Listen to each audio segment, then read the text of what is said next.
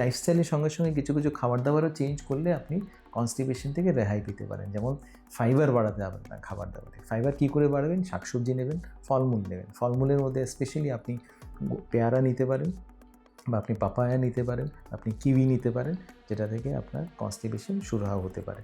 তেমনই আপনি কিছু ফাইবার ইনক্রিজ করার জন্য আপনি আপনার যে প্লেটের যেটা কম্পোজিশন, আপনি যে থালাটা নিচ্ছেন, সেই থালা অ্যাকচুয়ালি আমাদের ভারতীয় থালায় স্পেশালি কার্বোহাইড্রেট হেভি।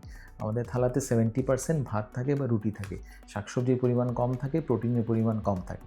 তো সেই থালাকে আপনাকে একটু চেঞ্জ করতে হবে, যেটা কার্বোহাইড্রেট হেভি সেটা থেকে আপনাকে ফ্রুটস বা ফাইবার হেভি রাখতে হবে।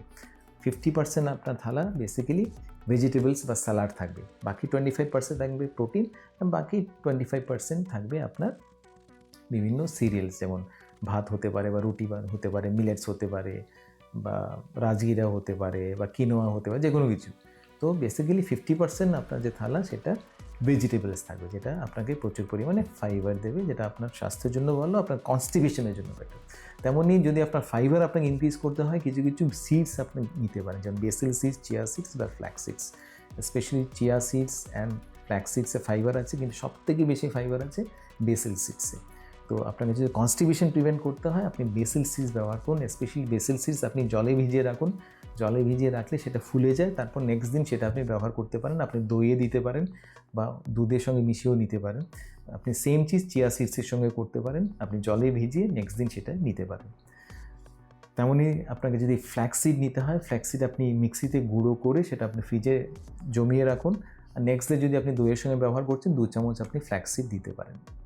তো এইভাবে আপনি আপনার ফাইবার ইনটেক বাড়াতে পারেন। তেমনই ফাইবার ইনটেক বাড়ানোর জন্য আপনি প্রুনস নিতে পারেন। প্রুনস বেসিক্যালি এক ধরনের ফল, সেটাতে প্রচুর পরিমাণে ফাইবার আছে, তার সঙ্গে প্রুনসে আছে সরবিটল, যেটা বেসিক্যালি একটা ল্যাক্সেটিভের কাজ করছে। তো প্রুনস আপনি দিনে যদি আপনি 3-4টাও নিতে পারেন, বা আপনার যদি ডায়াবেটিস থাকে, সুগার যদি বেশি থাকে, তাহলে দিনে 1-2টো নিতে পারেন। সেটা আপনি এমনি জলে ভিজিয়ে এমনিতেই নিতে পারেন, বা আপনি প্রুনসটা অন্য জিনিসে আপনার দইয়ের সঙ্গে মিশিয়ে নিতে পারেন, বা আপনার স্মুদির সঙ্গে মিশিয়ে নিতে পারেন, বা অন্য জিনিসের সঙ্গে মিশিয়ে আপনি নিতে পারেন।